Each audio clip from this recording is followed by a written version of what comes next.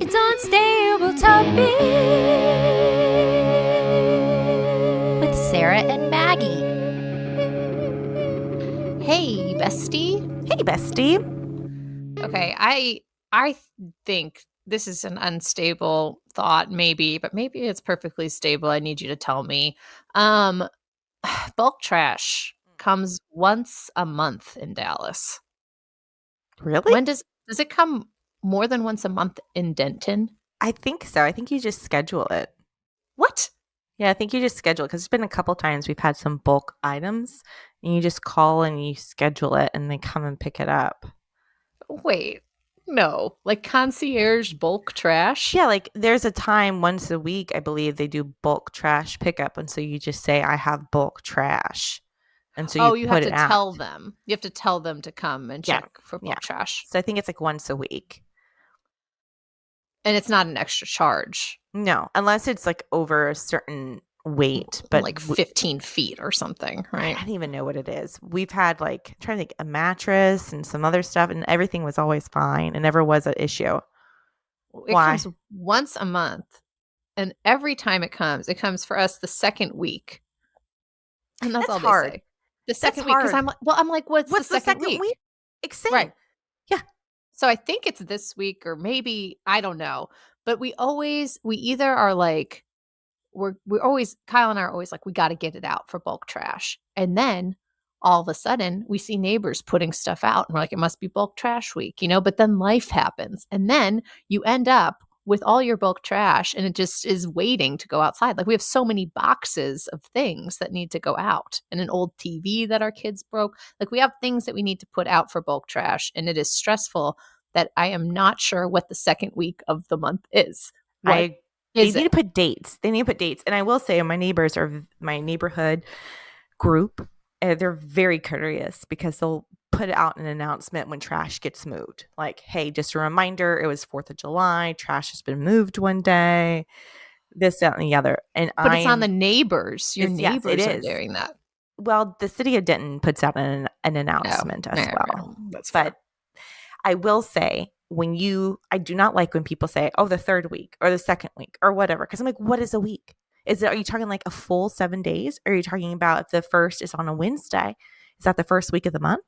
Right. Or the first full week is the next week. And so the second week would actually be the third on the, if you're like looking at a calendar, the third line.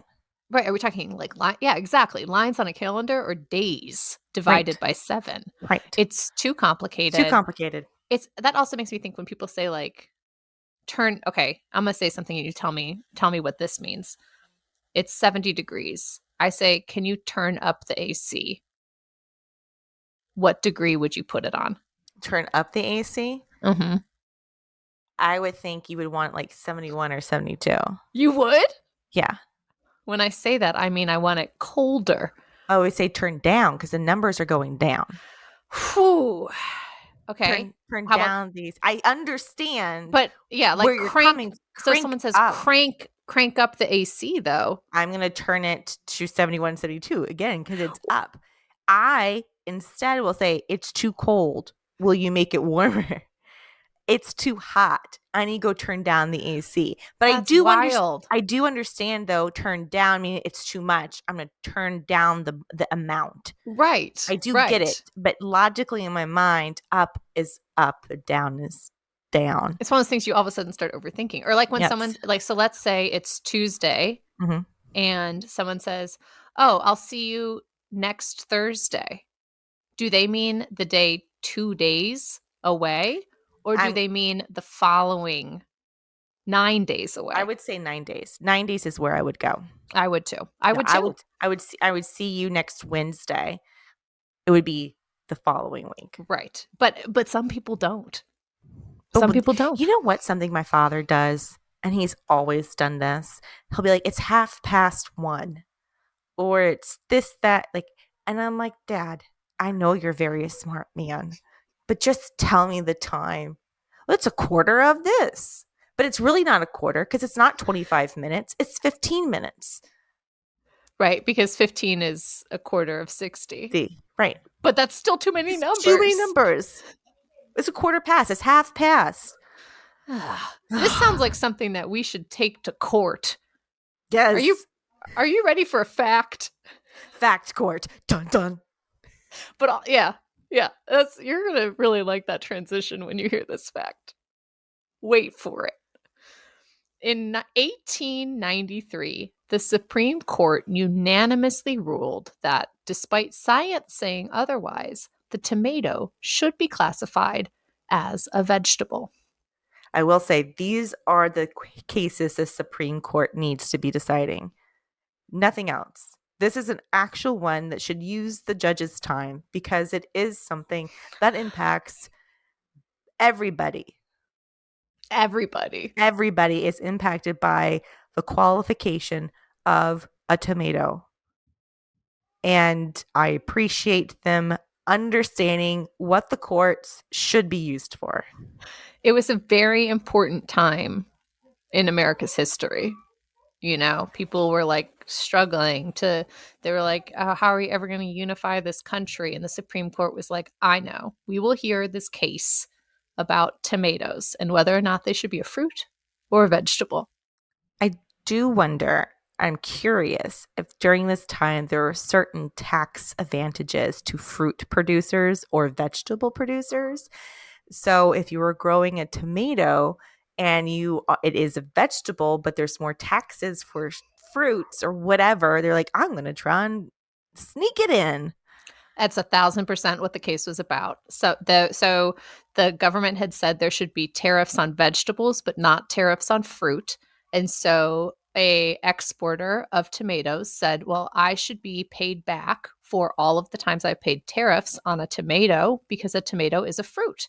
And they had expert witnesses saying, based on the seeds, the way that a tomato is grown, it is in fact a fruit. And the Supreme Court said, I love what you're saying here. You know, this is great, but sometimes we just have to ignore science and say it is actually a vegetable. Wow. That's almost verbatim what the ruling said. It's amazing that that is how our minds work now when you hear something about our government and these cases or whatever, like, oh, there has to be money involved. There has to Always. be some type of somebody winning out. Mm-hmm. And it's probably not going to be the farmer or No, the individual. It's no. going to be the corporation, the government, Mm-hmm. whatever. It's never, Golly. man, Some things never change. never change. Well, Sarah, are you ready to react? I was born ready, Maggie. Okay, good. So the Supreme Court said tomatoes are vegetables, even though they are technically a fruit. What is an opinion you hold that might not be factually correct, but you stand by it?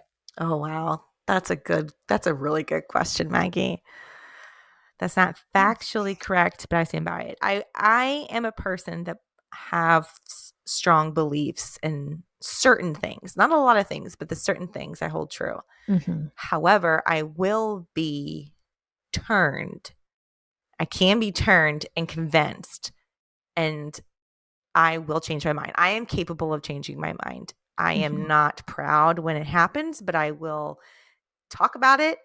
And I will say recently we talked about Galveston Beach.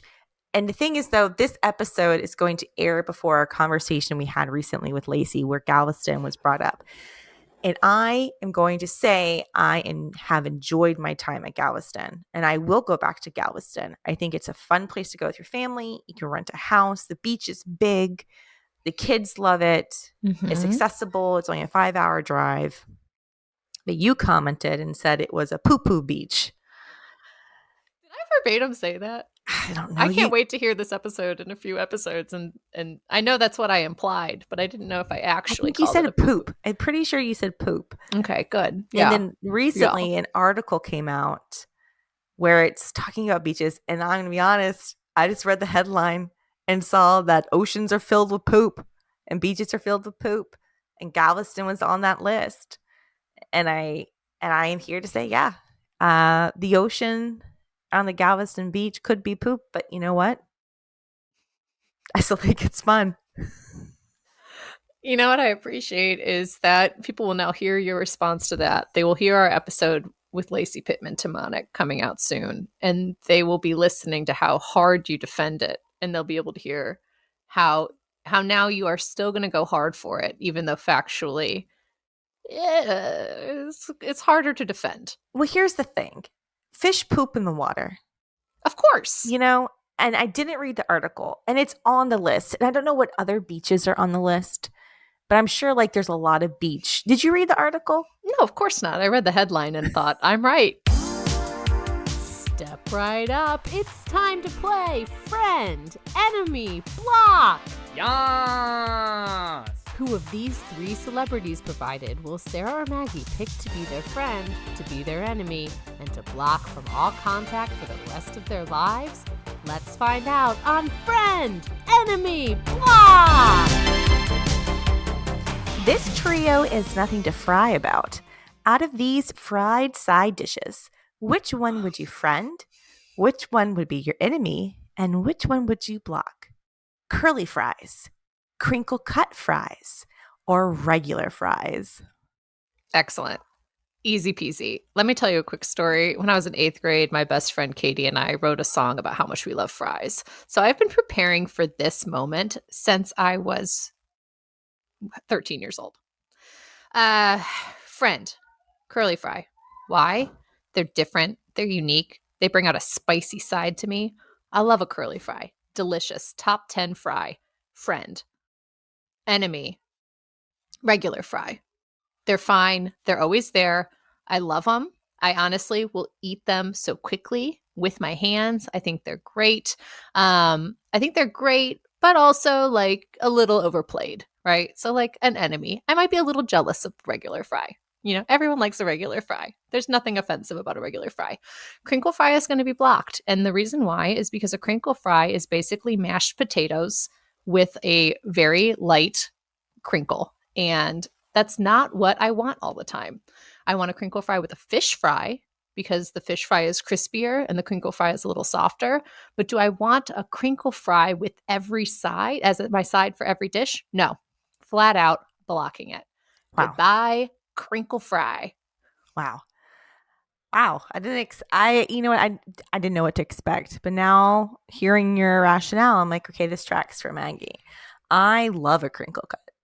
Love a crinkle cut fry. Would that be your friend? Or would that be your block or your enemy? That would be my friend, and I would block curly fries. Wow. Yes. It was between enemy of a curly fry or block, because and I think I'm going to go block because they're just too unreliable. Sometimes they can just be too crispy, and it's almost like you're just eating like crunch and like a hard burnt something with some seasoning. Mm-hmm. I like a softer fry, which is why I think crinkle cut would be my friend. I would be enemies just like you with a regular one because I'll enjoy it. I'm not gonna love you. I'm not gonna love it. Yeah, that's interesting. Mm-hmm. You know, and the way you would rather take. I mean, I think that we both accurately described the fry that each other would be enemies with, or block. Yes. You know, like you accurately described curly fries. Yes, sometimes they can be too cooked and too crunchy. Mm-hmm. That is personally how I like my fries. Extra fried. See, I like my French fries mushy. You like them more French. I like them more fried. Yeah, exactly. I was going to throw in the highly debatable waffle fry. Oh.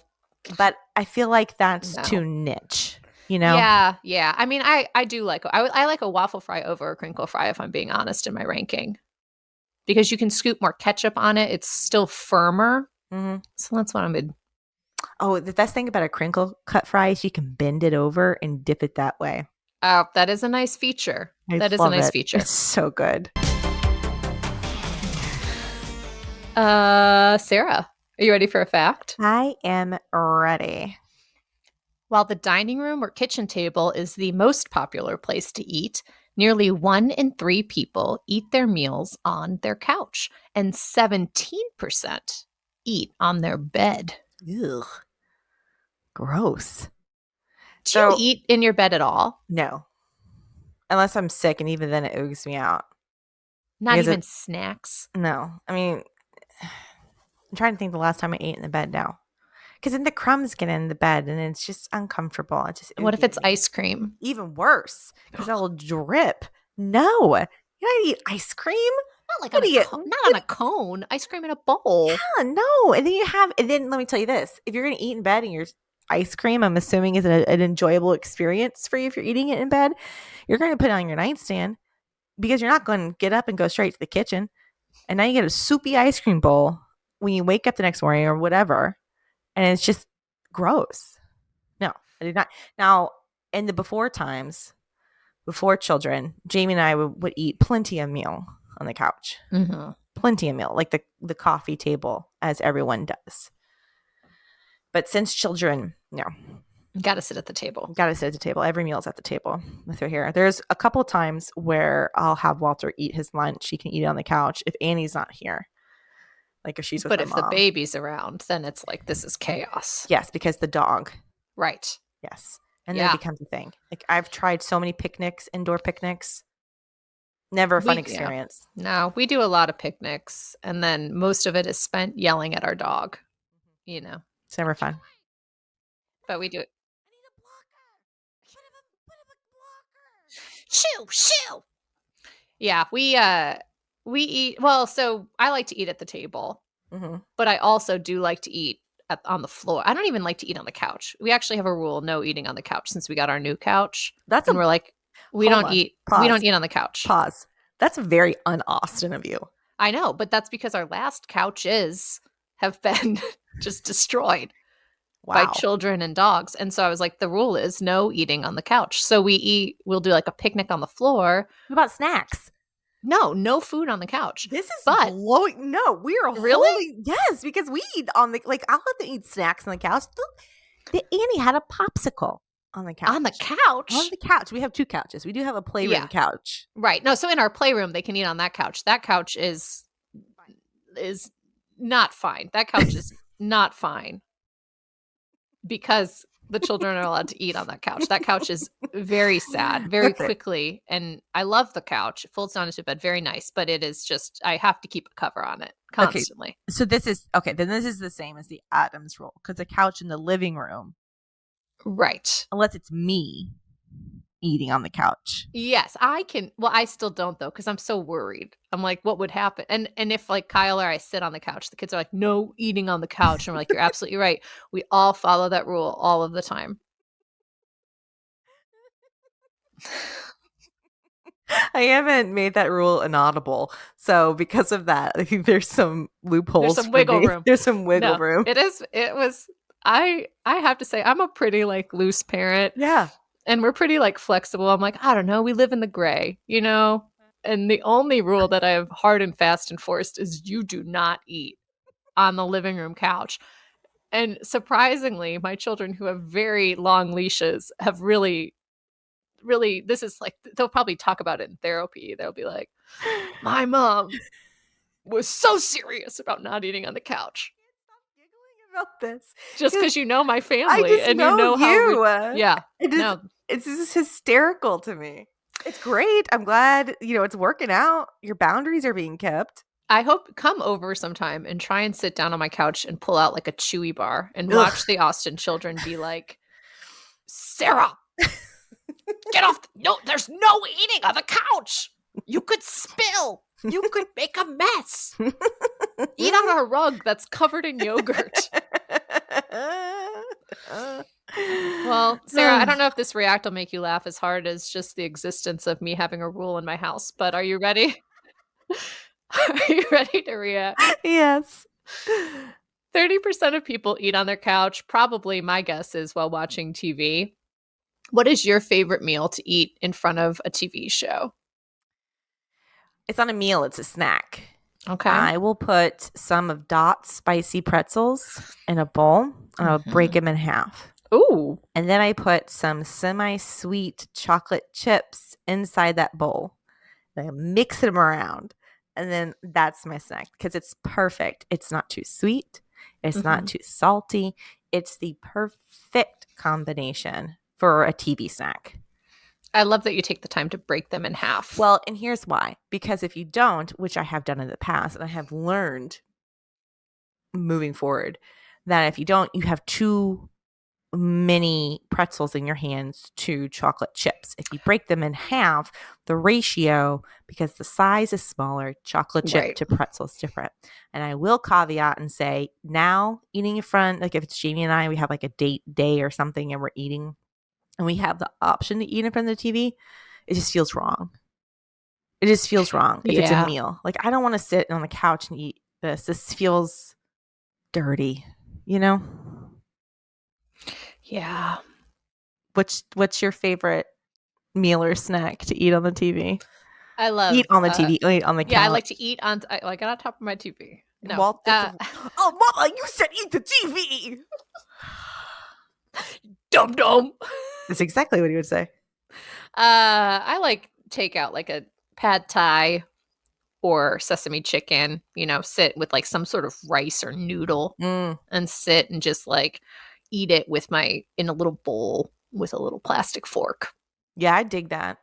Yeah, it makes me feel like I'm in a movie. I like that. Same with if I ever like pour myself a glass of wine, then sit in my living room. I'm like, who am I? Who's A this? movie star? Oh my gosh. What am I? Am I Stop the it. protagonist? Oh my gosh. And more so if you put it in a glass with a stem, a wine glass with a for stem. sure. Not just like a cup. No. Put it in with a stem and you're just like, what? Do I have kids? I don't know. Who is this person?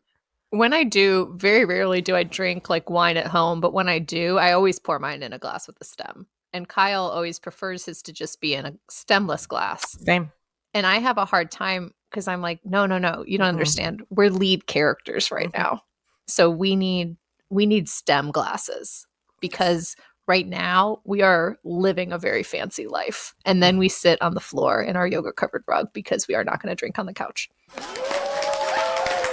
Thank you so much for joining us. If you enjoyed this episode, we would love a review, subscribe, or for you to share this with a friend you think would like it.